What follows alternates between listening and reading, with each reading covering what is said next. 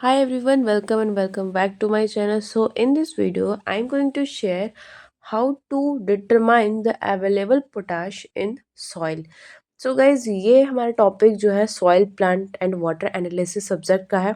अगर आप BSc AG fourth year के स्टूडेंट हो एंड फोर्थ ईयर के क्या BSc AG आप किसी भी सेमेस्टर के स्टूडेंट हो एंड अगर आपको सॉइल केमिस्ट्री समझ में नहीं आती है तो मैंने एक पूरी हर जितने भी हमारे पास पोटेशियम है, फास्फोरस है, बोरोन है, मैग्नीशियम है, कैल्शियम है, सबका मैंने बता रखा है कि कैसे इसका डिटर्मिनेशन करना है, टाइट्रेशन कैसे करना है, कैसे इसका प्रोसीजर्स होंगे। तो इन सारी चीज़ों के बारे में डिटेल में जानने के लिए वीडियो को कम्प्लीटली देखना।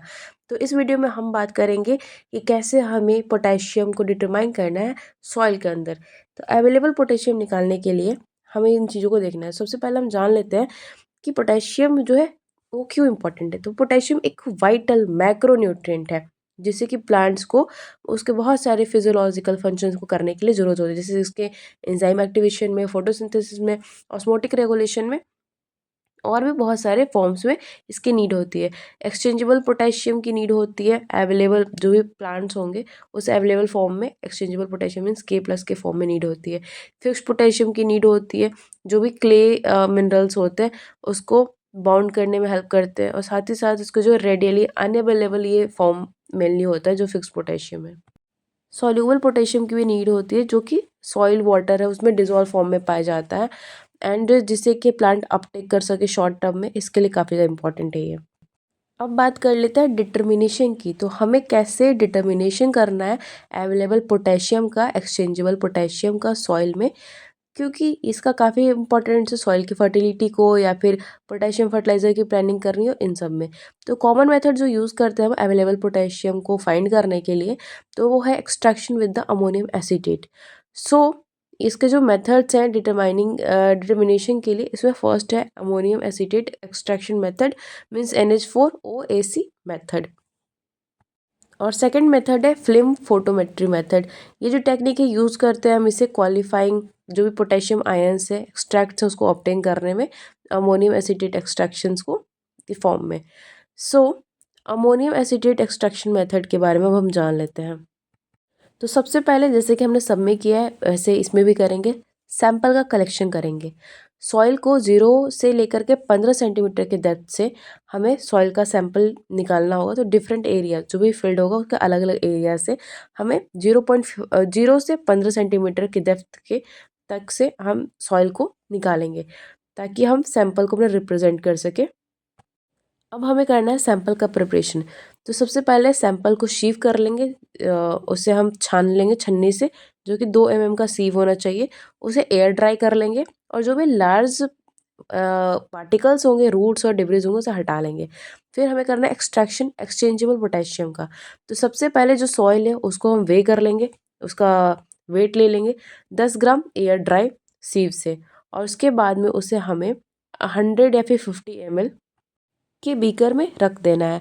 अब हम प्रिपरेशन करेंगे अमोनियम एसीटेट सॉल्यूशन का। प्रिपेयर करेंगे 1 m ammonium acetate NH4OAC3 solution. और जो सॉल्यूशन है वो टिपिकली प्रिपेयर करते हैं हम अमोनियम एसीटेट को मिक्स करके वाटर में, जो कि फाइनल वॉल्यूम्स को अचीव कर सके। तो इसका एडिशन करेंगे हम एक्सट्रैक्ट जो भी एक्सट्रैक्टेंट हमें एक्सट्रैक्ट निकाला है। तो 50 ml 1 m ammonium acetate solution का 50 ml उसमें ऐड करेंगे सॉइल सैंपल में। एंड ये जो एक्सट्रैक्ट होगा उसे हम डिस्प्लेस करेंगे जो एक्सचेंजेबल पोटेशियम फॉर्म होगा उससे सॉइल पार्टिकल्स में, जो है सॉल्यूशन था उसके सॉइल पार्टिकल्स। हमारा जो एक्सट्रैक्टेंट है उसको एडिशन करने के बाद में हमें इसकी शेकिंग करनी है। तो हमें इसको कम से कम 1 घंटे के लिए मैकेनिकल शेकर या फिर मैनुअली भी शेक कर सकते हैं। अमोनियम एसीटेट को थॉरोली हम इंटरेक्ट कराएंगे सॉइल से ताकि जो एक्सचेंजेबल पोटेशियम आयन है वो रिलीज़ हो जाए। अब इसकी फिल्ट्रेशन करेंगे। आप सेकिंग के बाद में हमें इसे फ़िल्टर करना होता है फ़िल्टर पेपर से, जैसे वर्ड्समैन पेपर जो होता है वर्ड्समैन नंबर 42, या फिर इसे सेंट्रीफ्यूग भी कर सकते हैं। फिर सेपरेट हो जाएगा लिक्विड और सॉइल पार्टिकल्स। जब फिल्ट्रेट है वो कंटेन करता है एक्सट्रैक्टेड पोटेशियम। अब हमें करना है determination of the available potassium. Filter करेंगे, जो भी हमें ऑब्टेन होगा, हमें जो भी एक्सचेंजेबल पोटेशियम आयन मिलेगा उसे हम डिस्प्लेस करेंगे सॉइल से। फ्लेम फोटोमेट्री, इसे हम एक्सट्रैक्ट करते हैं सॉल्यूशन को फ्लेम फोटोमीटर से। एंड यहाँ पे हम जो भी हमारी क्वांटिटेटिवली है उसे मेज़र करेंगे, क्या कंसंट्रेशन आ रहा है पोटेशियम आयन सॉल्यूशन का। पोटेशियम आयन जो है एक कैरेक्टरिस्टिक्स है उसका ये कि फ्लेम कलर जो है एमिट करता है, जिसकी इंटेंसिटी जो इस फ्लेम कलर की वो बिल्कुल प्रोपोर्शनल होती है कंसंट्रेशन ऑफ पोटेशियम से। अब हमें इस फ्लेम फोटोमीटर को मीन्स कैलिब्रेशन करेंगे कैलिब्रेशन कर फॉर द फ्लेम फोटोमीटर। तो प्रिपेयर करना एक सीरीज स्टैंडर्ड पोटेशियम सॉल्यूशन का, जो कि 0, 1, 2, 5, 10 ppm हो सकता है। मेज़र करेंगे फ्लेम इंटेंसिटी को एक स्टैंडर्ड सॉल्यूशन से, उसे प्लॉट करेंगे हम कैलिब्रेशन कर्व पे flame intensity versus the potassium concentration. Use करेंगे कैलिब्रेशन कर्व को एंड डिटरमाइन करेंगे पोटेशियम कंसंट्रेशन को सॉइल एक्सट्रैक्ट से। इसको हम एक्सप्रेस करेंगे mg पर kg और ppm में, एंड इसको कैलकुलेशन के लिए हमारे पास फॉर्मूला दिया हुआ, इसके थ्रू हमने अपना अब डिटर्मिनेशन कर लिया है कि कितना अवेलेबल पोटेशियम था सॉल्यूशन था। एक्चुअली इंपॉर्टेंट क्यों है, ताकि हम सॉइल का हेल्थ जान सके, फर्टिलाइजर मैनेजमेंट कर सके, और साथ ही साथ ये हमारे इन्वायरमेंट के लिए काफ़ी कंसर्न भी रखता है। So thanks for watching, love you all, bye bye, see you soon in next video.